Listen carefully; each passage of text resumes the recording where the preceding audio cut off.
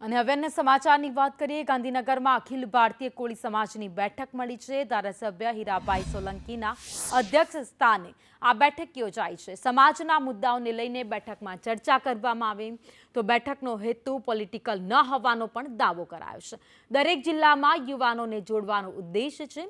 GPSC પરીક્ષાને લઈને પણ કોળી સવાલ ઉઠાવ્યા છે। કોળી સમાજ દ્વારા સવાલ ઉઠાવાયા છે તો સરકારી ભરતીમાં કોળી સમાજને અન્યાયનો પણ આક્ષેપ કરાયો છે।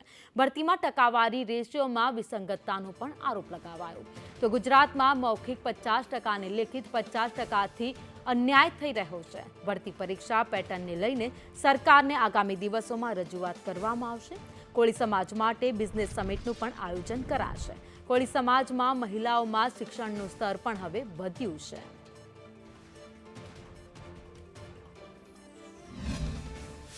અમુક જિલ્લાઓમાં અમારા સંગઠનના હજુ હોદ્દાઓ આપવાના બાકી છે।